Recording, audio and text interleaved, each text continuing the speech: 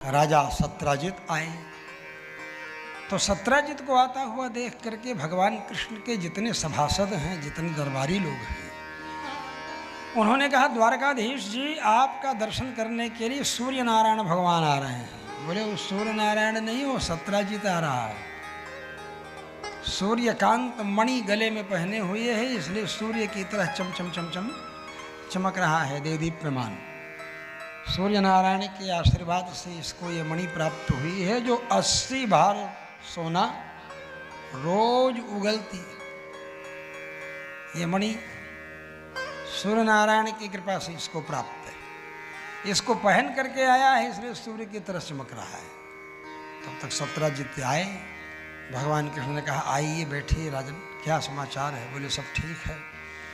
बोले देखो ये मणि जो है, ये रत्न ऐसा है कि जहाँ रहती है वहीं परेशान करती है लोग, तो तुम्हारी परेशानी न बढ़े ज़्यादा, इसलिए ये रत्न है। और राजा इस समय वसुदेव जी हैं, पिताजी, तो आप द्वारका के खजाने में इसको जमा कर दीजिए। सत्राजित ने कहा कि भगवान सूर्य नारायण के आशीर्वाद से हमको ये मिला हुआ प्रसाद है, ये कैसे हम दे दें? भगवान ने कहा मैं मांग नहीं रहा हूँ, मैं आपको एक सलाह दे रहा हूँ। आपकी चीज़ है, आप जानो, आपका काम जानो, कोई बात नहीं, मत दीजिए। बात आई गई, खत्म हो गई। एक दिन सत्राजित का भाई छोटा प्रसेनजित उसी मणि को गले में डाल करके शिकार खेलने के लिए घोड़े पर बैठ करके निकल गया। उस चमकती हुई मणि को देख करके शेर ने आक्रमण कर दिया। घोड़े को प्रसेनजित को मार दिया शेर ने और मणि लेकर के चला गया। मणि लेकर के जा रहा था, तब तक उसकी चमक को देख करके एक भालू, अब जहां मणि रहेगी वही परेशान होगा, नियम है। सत्राजित के यहाँ थी तो उनका भाई पहन करके गया, तो उसकी शेर के द्वारा मृत्यु हो गई, शेर ने मार डाला। शेर ने उस मणि को लिया तो भालू ने लिया मणि, उसको मार के, तो भालू लेकर के अपनी गुफा में गया। तो भालू का एक छोटा बच्चा था, उस बच्चे के पालने में ही लटका दिया। आप बोलेंगे भालू कहाँ पालना पालते हैं, कहाँ करते हैं? तो सामान्य नहीं था वो सामान्य भालू था नहीं।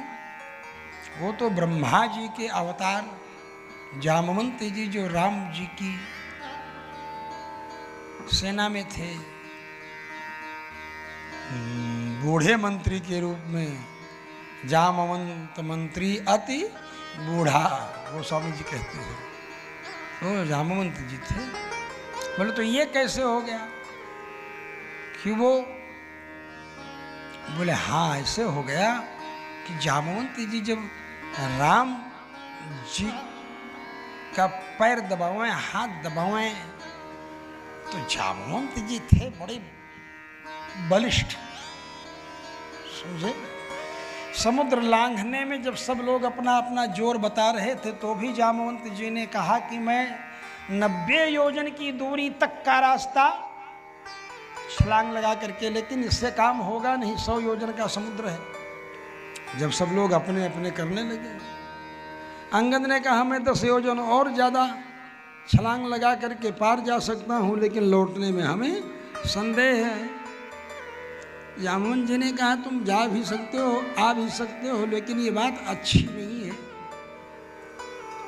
कि एक युवराज को भेजा जाए, ये प्रोटोकॉल के खिलाफ है वो सब बातें। तो जब कभी राम जी की कथा आप सुनेंगे यूट्यूब पर, हमारी अयोध्या में होगी रामनवमी के समय, तो यूट्यूब पर आपको राम जी के माध्यम से राम जी की कथा सुनने को मिल जाएगी, तो आप सुनेंगे। तो वही जामवंत जी के मन में होता था, जब मसल से देखते थे भगवान राम का सुगठित शरीर, तो जामुन जी के मन में होता था कि दो दो हाथ इनसे करने को मिलता, कुश्ती लड़ने को मिलता तो बड़ा मजा आता। तो राम जी मन में सोचते थे कि ये आखिर हमारे भगत हैं, अब भगत की धुनाई करना है तो मर्यादा के खिलाफ है, और मैं मर्यादा पुरुषोत्तम हूँ। लेकिन मन में सोचते थे इस भक्त की इच्छा ये पूरी जरूर करूँगा मैं, मौका देख करके, ऐसा मन में सोचते थे, यही विचार करते थे। फिर जामुन जी ने एक दिन कहा राम जी से, मेरी एक इच्छा है। बोले क्या है? बोले मेरी इच्छा ये है कि मेरी बेटी जो जाम्बवती है उसका मैं आपसे विवाह कर दूं। तो राम जी ने कहा देखो मैं सीता जी के अतिरिक्त तो किसी से विवाह करने वाला नहीं हूँ, लेकिन अगला मैं अवतार लूँगा श्री कृष्ण के रूप में, तो मैं तुम्हारी बेटी से विवाह कर लूँगा। बोले तो तब तक ये बूढ़ी हो जाएगी। बोले बूढ़ी नहीं हो, इसको गोवर्धन पर्वत पर भेज दो, वहीं पर गुफा है, उस गुफा में रहेगी, तपस्या करेगी, इसका इसी तरह का यौवन ऐसे ही बना रहेगा। उनकी बात मान ली उन्होंने, बात स्वीकार कर ली, चले गए तपस्या के। अब कुछ दिन पहले ही यहाँ लेकर के आए थे, द्वारका के निकटवर्ती क्षेत्र में, गुफा में, और एक बच्चा था, उसी बच्चे को खेलने के लिए ये मणि ले आकर के शेर को मार के और दे दिया। इधर द्वारका में खुसर फुसर बात शुरू हुई कि ये कृष्ण ने ही हमारे भाई को मरवा दिया और मणि हथिया ली। उन्होंने ही मणि हमसे कही थी राज खजाने में जमा करने के लिए, तो उन्होंने ही। ये बात फैलती फैलती भगवान श्री कृष्ण द्वारकाधीश के पास भी आई। भगवान कृष्ण द्वारकाधीश ने अपना मुकुट मस्तक से उतार कर सिंहासन पर रख दिया। कहा कि यह हमको कलंक लगा है, आरोप लगा है मेरे ऊपर, और आरोपी सिंहासन के ऊपर बैठने का अधिकारी नहीं है, इसलिए मैं सिंहासन पर तब तक नहीं बैठूंगा जब तक अपने ऊपर लगे इस आरोप को समाप्त न कर दूं। ऐसा सोचकर भगवान श्री कृष्ण अपने घर से बाहर निकले और उनके प्रेमी लोग 10-20 उनके साथ होली कि जहाँ चलेंगे आप वहीं हम भी चलेंगे। भगवान आगे बढ़े तो लोगों ने पूछा आप जमीन में क्या देखते हुए चल रहे हैं? तो भगवान ने कहा मैं जमीन में घोड़े की टाप देख रहा हूँ। तो घोड़ा गया है इधर से, तो मैं देख रहा हूँ, इसीलिए इस रास्ते में जा रहा हूँ। उसके पैरों के चिन्ह देखो, टाप के, घोड़े की टाप के चिन्ह देखो। बोले हाँ है तो। बोले वैसी का पीछा करो। पीछा करते करते जा रहे थे, तब तक साथ वाले लोगों ने कहा प्रभु देखिए वो सामने क्या है? द्वारकाधीश। बोले अरे हाँ सामने तो ये तो प्रसेनजीत ही मरा पड़ा है, घाव भी है शरीर के ऊपर।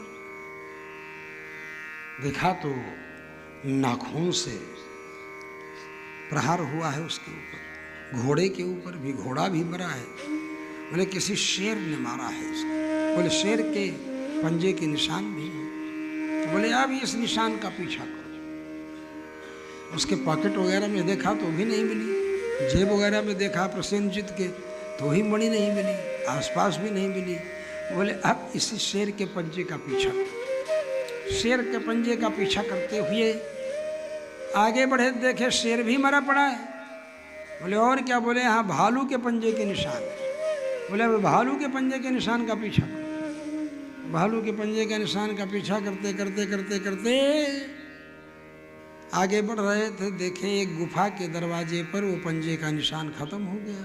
वो गुफा तो पत्थर की थी, उसमें तो पंजे के निशान पड़ेगा नहीं। भगवान उस गुफा के अंदर प्रवेश करने लगे तो लोग भी उनके साथ आने लगे। भगवान ने कहा देखो कलंक मेरे ऊपर लगा, तुम लोग बाहर रहो, मैं अंदर जा रहा हूं।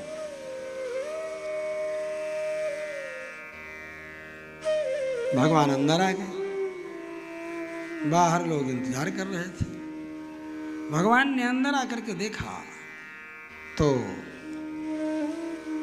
दाई जो बच्चे को खिलाती है, तो दाई बोल रही है, पालने में वो मणि लटकी हुई है और वो खिला रही है बच्चे को। बच्चा रो रहा है, दाई बोल रही है, अरे बेटा, शेर ने प्रसेनजित को मार डाला, शेर को तुम्हारे पिताजी ने मार डाला। ए बालक तुम मत रो, ये तो अब मणि तुम्हारी है। ये बात जब सुनी भगवान श्री कृष्ण ने तो कहा अच्छा ऐसी बात है। वो खिला ही रही थी। सिंह प्रसेनम अवधीत सिंहो जाम्बवता हतः सुकुमारक मारोदीहि तव हेशस्यवन्तकः। भगवान ने जब कहा अच्छा, तो दाई देख करके चिल्लाई जोर से। ऐसा पुरुष तो उसने देखा नहीं था। जामवंत जी नींद में थे, उसकी आवाज सुनकर जग गए। जग करके देखा कि कोई मेरी गुफा के अंदर घुस आया है। उसी समय छलांग लगा दिया भगवान के ऊपर। भगवान पहले से ही तैयार थे, डॉज दे दिए।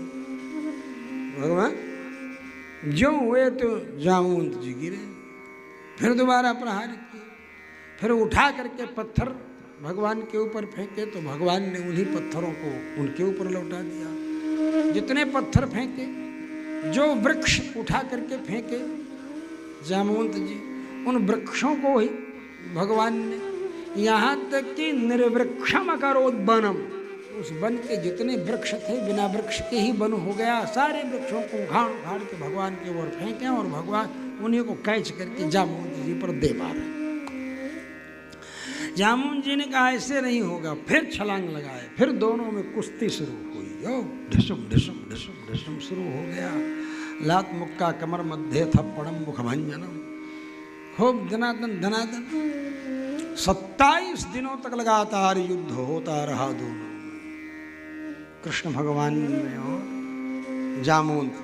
27 दिनों तक लगातार युद्ध होते होते एक एक नस नस भगवान ने ढीली कर। भगवान ने जब मारा एक मुक्का तो उनकी छाती पर ऐसा लगा कि उनको चक्कर आ गया। चक्कर आ गया तो सिर नीचे हो गया। भगवान के चरणों पर दृष्टि पड़ी, चरणों की कोमलता। चरणों को जब देखा, बोले रे इन चरणों की तो मैं बड़ी सेवा किया हूँ। चरण को पकड़ करके देखे तो उसमें शंख का, चक्र का, कल्प वृक्ष का, ध्वजा का, अंकुश का चिन्ह देख करके मत्थे पर रख लिया। मेरे प्रभु, मेरे प्रभु, मेरे अपराध क्षमा कीजिए, मैंने आपके ऊपर बहुत प्रहार किया है, मेरे अपराध को क्षमा कर दीजिए। जामवंत जी कहने लगे। भगवान कृष्ण ने कहा द्वारकाधीश ने, इसमें क्षमा करने की क्या बात है? हमने कौन फूल बरसाए हैं तुम्हारे ऊपर जो क्षमा करने की बात हो? अरे तुमने जब मारा तो हमने भी तो मारा, हिसाब किताब बराबर हो गया। अब क्षमा करने की क्या बात? मैं ही भारी रहा, ऐसा मुक्का मारा कि तुमको चक्कर आ गया। बोले प्रभु कुछ भी हो। बोले तुम जब मेरी सेवा करते थे तो तुम्हारे मन में होता था ना कि जो आजमाइश हो, तुम्हारी ये इच्छा पूरी हो गई ना, तुम बहुत चाहते थे ना उस समय, तुम्हारे मन की बात मैं उसी समय पढ़ लिया था। बोले महाराज वो तो मन की बात तो आप पढ़ लिए, लेकिन जो हमने खुद अपने मुंह से बात कही थी वो भी याद है आपको? मैं अपनी बेटी देने के लिए कहा था आपको। बोले हाँ वो भी याद है। बोले ठीक है। अरे जम्बो जम्बो, जाम्बवती को प्यार में बुलाए। जाम्बवती आई। बोले आप कैसे कृपा किए, इस गुफा के अंदर आकर के आपने कृपा की? बोले ये मणि जो है ना, इसी मणि के चक्कर में मैं आया हूँ। ये मणि है, इसके लिए मुझे कलंक लगा है, ये सत्राजित की मणि है। सत्राजित ने कहा है, सत्राजित ने कहा है कि मैंने मणि गायब कर दी उसकी, इसलिए मैं आया हूं। जामोन जी ने कहा ये मणि रत्न जो है इसको आप मेरी कन्या रत्न के साथ जो है स्वीकार कीजिए। जाम्बवती को भगवान कृष्ण के साथ विदा कर दिया। अब माथुर हरिवंश में और जानदार कथा लिखते हैं इसकी कि भगवान ने जाम्बवती से रास्ते में आते समय कहा, देख तेरा ये भालू वालू की तरह रूप है ना, ते देख करके क्या कहेगी रुक्मणी? कहेगी और कोई नहीं मिली तुमको, यही मिली ब्याह करने के लिए? बोले तो, बोले एक काम कर। बोले क्या? बोले अभी तो द्वारका थोड़ी दूर है, और यहाँ बाहर जो लोग इंतजार कर रहे थे वो लोग एक आध हफ्ता इंतजार किए, जब भगवान कृष्ण नहीं निकले तो बोले चलो भाई द्वारका। अंदर मना किए, क्या हुआ क्या पता नहीं। ये सब द्वारका में आ गए, यहाँ अनुष्ठान बैठा दिए, विष्णु सहस्त्र नाम का, लक्ष्य चंडी यज्ञ का, रुद्राभिषेक का, सब अनुष्ठान बैठा दिए। भगवान कृष्ण सुरक्षित स्वस्थ रहे, आ जाए। यहाँ इनके अनुष्ठान चल रहे थे। भगवान कृष्ण ने जाम्बवती से कहा, अब द्वारका नजदीक आने वाली है, अब ले मैं अपना पीताम्बर देता हूँ, इसी को साड़ी की तरह पहन ले और पीछे के दो पैरों पर चल, आगे से एकदम खड़ी होकर सीधी हो जा, और घूंघट लंबा निकाल कि चेहरा न दिखाई पड़े। बोले ठीक है। बोले जैसा जैसा करता हूँ वैसा वैसा करती जा, सब काम ठीक होगा। बोले ठीक है।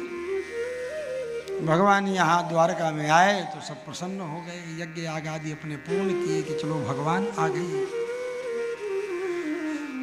और भगवान अपने भवन में प्रवेश करने के पहले ही जाम्बवती से बोले कि घुसते ही दाहिनी तरफ कमरा है, उसमें तुम प्रवेश कर जाना, घुस जाना और अंदर से सिटकिनी लगा देना, कोई कितना भी खटखटावे खोलना मत। बोले कब तक मैं बंद रहूंगी? बोले जितना कह रहा हूं उतना कर पहले, मैं थोड़ा कह रहा हूं कि हरदम बंद ही रहना है, तू अभी जो कह रहा हूं वही करती जा। जाम्बवती कमरे के अंदर गई। जैसे भगवान प्रवेश किए वैसे जाम्बवती पीछे दिखी, पीताम्बरी पहनी हुई थी। और भगवान प्रवेश किए तो रुक्मिणी स्वागत के लिए भगवान और तेजी से रुक्मिणी के पास आगे बढ़े, तब तक जाम्बवती बगल वाले कमरे में घुस गई। भगवान कृष्ण से रुक्मिणी ने कहा, वो कौन है तुम्हारे पीछे, पीली साड़ी रेशमी पहनी हुई, वो कौन है? बोले वो तुम्हारी सौत है। बोले हमारी सौत? बोले हाँ। बोले कैसी है? बोले मत पूछो, इतनी सुंदरी है, इतनी सुंदरी है रुक्मिणी कि तुम तो उसके पसंगे के बराबर भी नहीं हो, तुम तो कुछ नहीं हो उसके सामने। बोले ऐसी सुंदरी है? अरे लाओ तो मैं देखूं। बोले जाओ दरवाजा खुलवा लो, देख लो। अब दरवाजा खटखटाने लगी रुक्मिणी, खोल खोल खोल खोल बहन खोल, और क्या बोले सौत को खोल, लेकिन नहीं खुल रहा है दरवाजा, क्योंकि भगवान ने मना किया है। और स्वर्ण का भवन है, उसके प्रतिबिंब दिख रहे हैं। वो सोच रही क्या दरवाजा क्या फंसा दिया द्वारकाधीश ने हमको, और खटखटा रही खोल खोल। भगवान ने पीछे से कहा, रे वो इतनी सुंदर है कि इसलिए नहीं खोल रही कि कहीं तुम्हारी भी नजर ना लग जाए उसको। जाम्बवती अंदर और कसमस आई, इनको और कोई नहीं मिला बनाने के लिए, हम ही को बना रहे हैं। रुक्मिणी ने कहा, रे खोल, इतना अभिमान मत कर। फिर भी नहीं खुला दरवाजा। फिर रुक्मिणी ने झल्ला करके कहा कि बड़ा सौंदर्य का अभिमान है तुझे, जा, आज से मैं तुझे शाप देती हूं कि मेरे ही इतनी सुंदरी बन करके रह जा।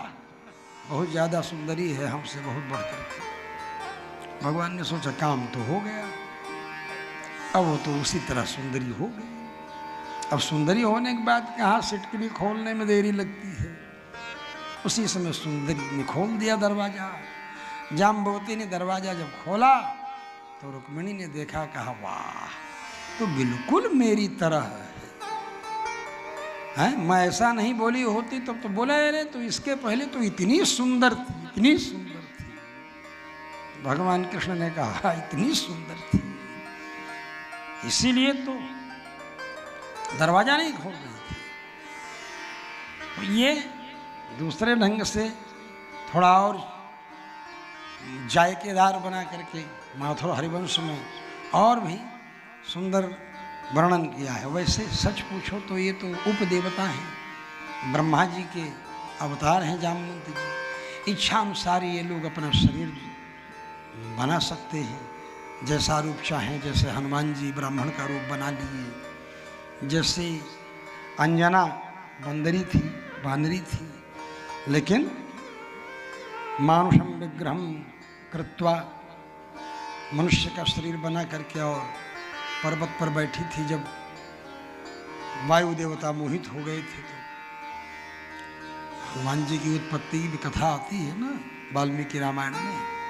तो ये सब उपदेवता हैं, ये इच्छा अनुसार शरीर धारण कर सकते हैं, जैसा चाहें वैसा शरीर धारण कर सकते हैं। तो भगवान ने सत्यराजित को बुला करके कहा कि ऐसा है कि आप ये अपनी मणि लीजिए। ऐसे ऐसे प्रसेनजित को मार दिया शेर ने, शेर को भालू ने मार दिया, भालू की गुफा में मैं गया तो ये हुआ। सत्यराजित को बड़ी ग्लानि हुई कि मैंने बिना मतलब कलंक लगाया भगवान कृष्ण को। उन्होंने कहा प्रभु ये मणि तो आप उपहार के रूप में लीजिए और मेरी बेटी का भी हाथ थामिए आप। इस सेवंतक मणि के बहाने भगवान कृष्ण के 2 विवाह, एक जाम्बवती से और एक सत्यभामा से। सत्यराजित की बेटी का नाम सत्यभामा।